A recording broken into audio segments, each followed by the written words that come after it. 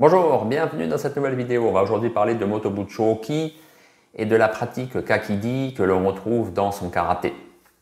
Alors on est au début de la vidéo, comme d'hab, n'oubliez pas, pouce en l'air si la vidéo vous a plu, partagez-la si elle vous a encore plus plu. Bien sûr, abonnez-vous à ma chaîne YouTube pour être au courant de tout ce que je publie. Retrouvez-moi sur Patreon, retrouvez-moi sur Anchor, sur Facebook, tout ça est dans la description de la vidéo. Allez, c'est parti, on commence, on va donc parler de Motobu. Alors, est-ce que en fait Kakidi, selon la Motobu Kempo, ça revient à ce que l'on appelle à Okinawa Kakie? Il y a des points communs, mais c'est quand même un peu différent, puisqu'en fait Kakidi, si vous parlez en japonais c'est Kakede, hein, mais à Okinawa bien sûr c'est Kakidi. Kakidi, donc c'est une histoire en fait de main qui, comme ça, donc ça si on dit si c'est la main du partenaire et ça donc c'est la mienne, donc en fait bien sûr main mais c'est bien sûr poignet, avant-bras, qui sont en fait en contact, donc que ce soit comme ça ou que ce soit comme ça, bref.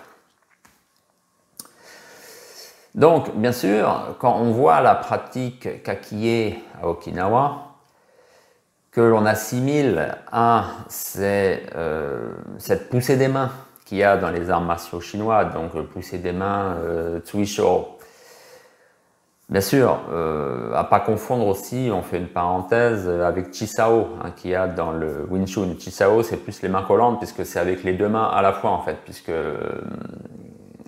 on a les mains comme ça qui sont collées sur le partenaire, et voilà, bref. Là, c'est plus à une main, hein. Donc ça, c'est l'idée aussi qu'on le retrouve avec Motobu, avec sa Motobu Ryu. Il y a comme ça, il y a une position de contact. Alors, c'est en fait fondamentalement, on peut dire que c'est pareil, mais bien sûr, à Okinawa, tout n'est jamais si simple. C'est pareil, mais en même temps, c'est différent. La pratique Kakie, que l'on trouve fondamentalement dans le Narate à Okinawa, mais aussi par exemple dans le Tomarite, dans certaines écoles branches, on peut dire, du Shurite. C'est bien sûr un travail à courte distance, hein, puisqu'on est en contact, mais ça joue plus sur le déséquilibre, sur l'entrée qu'on peut faire après pour placer des clés, des étranglements, des choses comme ça. Lui, Motobu, il était plus dans une optique en fait de combat, c'est-à-dire de coups qui sont échangés. Il y a une photo hein, qui est là, qui est par exemple dans mon livre autour de Motobu Chōki, où on voit très bien qu'est-ce que c'est selon lui cette situation, cette position, enfin plutôt ces positions où donc les deux sont en contact au moyen bien sûr des avant-bras. Donc fondamentalement, Kakidi c'est ça. Mais c'est aussi en fait Kakidi dans la pratique de la Motobu Kempo. Et ça c'est le fils de Motobu, hein, Chōsei, qui nous le dit.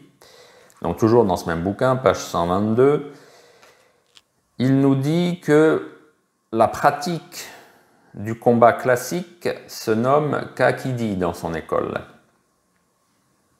Donc ça revient un peu à Jiyu Kumite. Donc c'est-à-dire on est comme ça déjà en position, en distance de combat, vraiment on ne peut plus rien faire, enfin on ne peut plus rien faire. On est obligé d'entrer dans l'affrontement vu qu'on est vraiment en distance proche. Et donc ça permet ensuite de lancer des attaques, enfin, une défense, de prendre l'initiative. Ça, Motobu, en fait, il le montre dans son premier bouquin que j'ai édité et traduit il y a déjà 3 ans, où de la même façon, il nous montre qu'on est en position, par exemple comme ça, là il le montre encore, et donc ça permet d'enchaîner sur ça, voilà. Donc ça, bien sûr, c'est Motobu qui donc dévie en fait, on peut dire, l'intention, l'attaque, la volonté offensive de l'adversaire donc qui se retrouve un peu dans son dos et qui, voilà, en profite, vous voyez bien sûr, le coup au niveau du flanc bien placé. Voilà, donc Kakidi, en fait, c'est deux choses. C'est la pratique du combat sans trop de règles préétablies. Et Kakidi, c'est aussi tout simplement une distance, une modalité pour la pratique du combat. Par exemple, ça se retrouvait aussi dans les fameux duels Kakedamashi. Kakedamashi, c'était pareil apparemment. Motobu, il menait ses duels à partir donc, de cette situation en Kakidi. Voilà. Donc on apprend toujours des choses hein, quand on se penche comme ça sur les photos de Motobu, quand on lit ce qu'il enseignait justement à travers eh bien, ce que son fils, hein, qui est toujours vivant, hein, Chosei, hein, donc c'est une mine, c'est un puits d'informations sur ce que son père eh bien, faisait il y a un siècle quand même. Sur l'histoire du karaté, c'est énorme, puisqu'en fait on est quasiment là à la naissance hein, du karaté. Bien sûr, quand je dis naissance, c'est bien que le karaté date d'avant. Donc toujours intéressant de se replonger comme ça sur la pratique du Motobu. De toute façon, il y en a beaucoup qui l'ont compris. Par exemple, les pratiquants de karaté contact, un Jisen au Japon, se replongent dans, par exemple, la pratique de Naihanshi selon Motobu. Bien sûr, je pense que sa conception du combat aussi, ça doit beaucoup les intéresser. Il y a des raisons à ça. Voilà. Merci de m'avoir suivi jusque-là.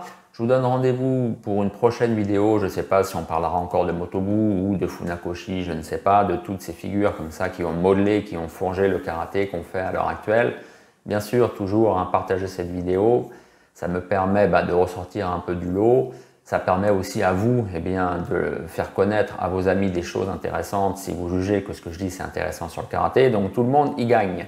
Allez, à bientôt!